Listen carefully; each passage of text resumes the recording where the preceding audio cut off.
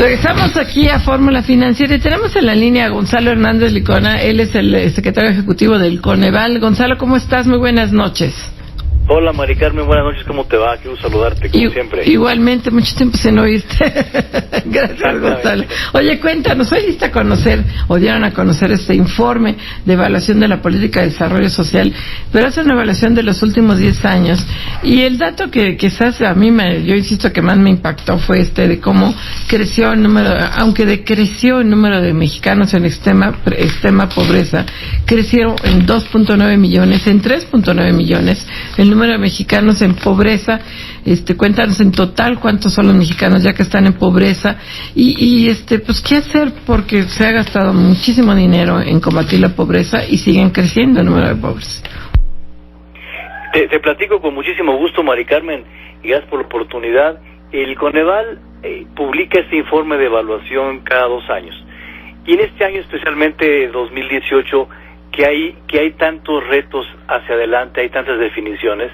Lo que quisimos fue hacer el corte de caja de un poco más de 10 años y poner en el informe los hallazgos, los avances, los retos de la política social, sugerencias, recomendaciones, especialmente para que en este año de debates, pues los candidatos, las candidatas en los gobiernos federal, estatal, puedan tomar elementos y evidencia de la política social e incorporarla en sus ideas, en sus sugerencias, en sus propuestas, y por supuesto, pues quienes ganen, tomen estos elementos de política social a partir de la evidencia. Evidencias que nos dicen, en el caso de la pobreza, como acabas de mencionar, que del 2008 al 2016 la pobreza subió en 3.9 millones, la pobreza en el sentido amplio, pero la pobreza extrema cayó en 2.9 millones, y esto es una mezcla de elementos que están ahí adentro. Por ejemplo,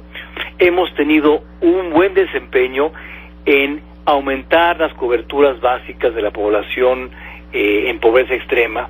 Hoy tenemos, la población tiene pisos firmes, tienen más niños en las escuelas, los niños asisten más a la escuela, la vivienda es de mejor calidad, hay acceso a la seguridad social, hay acceso a la salud, y eso son elementos que han reducido la pobreza extrema. Al mismo tiempo, tenemos un ingreso de los hogares que ha tenido muchos vaivenes, que cayó con la crisis del 94, que cayó con la crisis del 2009, que ha tenido variaciones por la inflación, por el incremento de los precios, y son elementos que juegan en sentido contrario.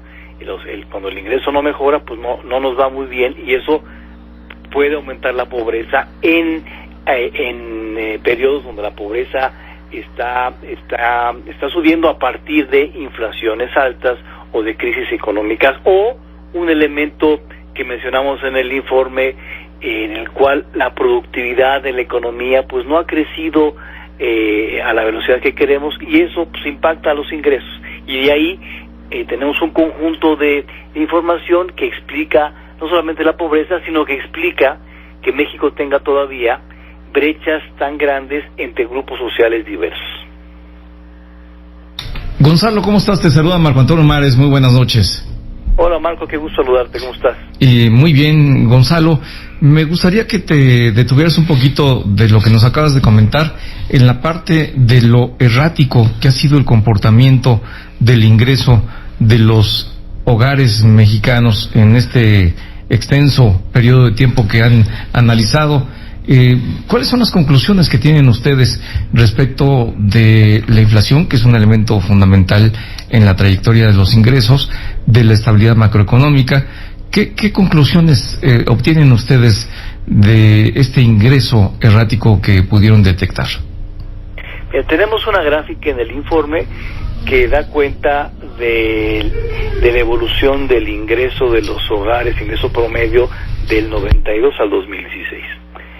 Y observamos, por ejemplo, en periodos del 92 de 1992 a 1996, pues una reducción importante del ingreso de los mexicanos, en buena parte por la crisis del 94, la crisis del tequila famosa, ¿no?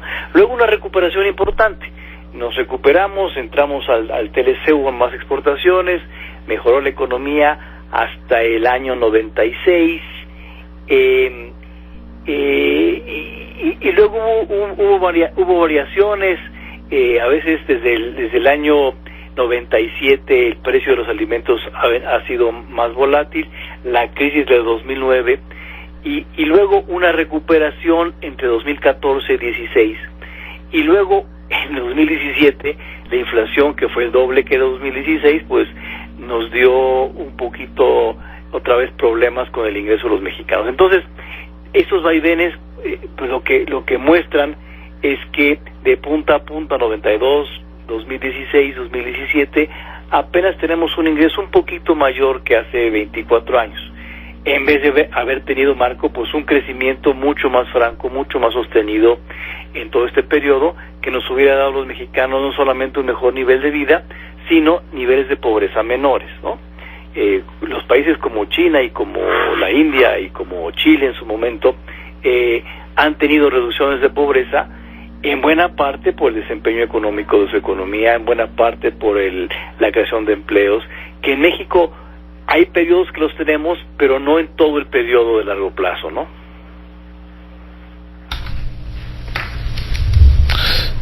Sí, desde luego, Gonzalo, me da mucho gusto saludarte, secretario ejecutivo de Coneval. Te saluda José Yuste, ¿cómo estás? Hola, Pepe, qué gusto saludarte, ¿cómo estás? Igualmente, qué gusto. Oye, y bueno, ya con este informe de evaluación de la política de desarrollo social 2018, el Coneval está entregando un informe prácticamente de 10 años, cómo ha sido la política social, los resultados, si hemos logrado abatir la pobreza, si logramos ser una sociedad menos inequitativa, o más bien más equitativa, si logramos realmente ver qué programas sociales han logrado tener esta respuesta. Sin embargo, aquí mismo ustedes ponen en el Coneval un tema, yo creo que es crucial, que es el crecimiento económico, y tú nos lo has comentado varias veces, el crecimiento económico incluyente. Si no tenemos más crecimiento económico, si no crecemos más, de nada nos van a servir todos estos programas sociales. Mira, la combinación virtuosa de tener un buen desempeño económico y también una buena política social, cuando eso sucede, la pobreza cae, la pobreza extrema cae.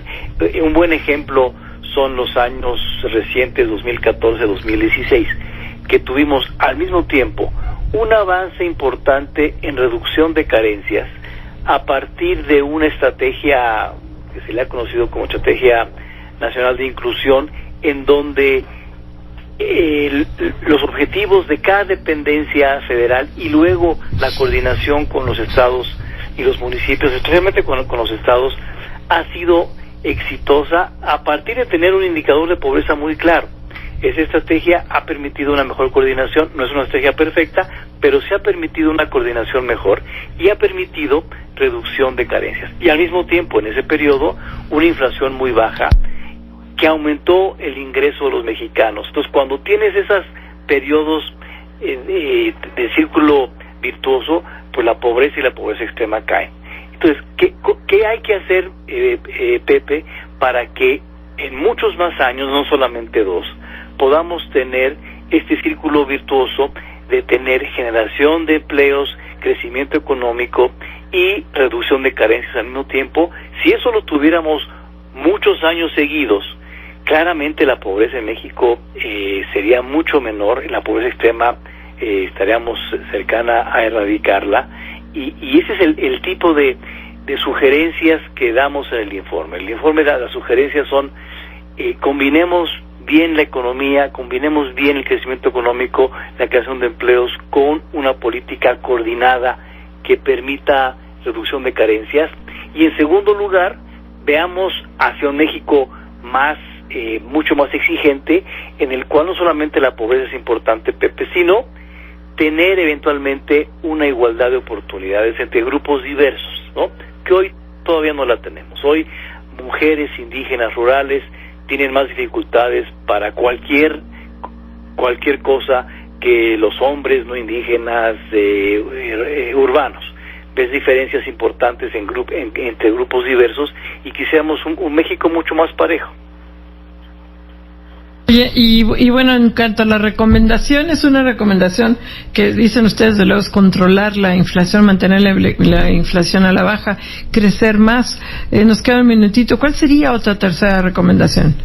una gran recomendación que habíamos hecho ya hace 6 años, que hubo una discusión interesante y luego se perdió, es poder pensar, Mari Carmen, en tener un sistema de protección social mucho más universal que reduzca brechas. Eso, por supuesto, implica lana, pero yo invitaríamos a los candidatos a reflexionar en formas diferentes de tener esa protección social universal que reduciría informalidad, mejoraría productividad y tendríamos un México más parejo en ese aspecto, ¿no? Sin duda, Gonzalo, pues muchísimas gracias por la entrevista, un trabajo muy extenso, muy importante que seguiríamos analizando. Muchas gracias por haber estado aquí en Fórmula Financiera, Gonzalo Hernández Licona. Como siempre, muchas gracias a ustedes. Gracias, Gonzalo. Al contrario, gracias. Vamos a un corte, bueno, todavía tenemos tiempecito para comentar un poco, Mari Lo Carmen. de Zuckerberg.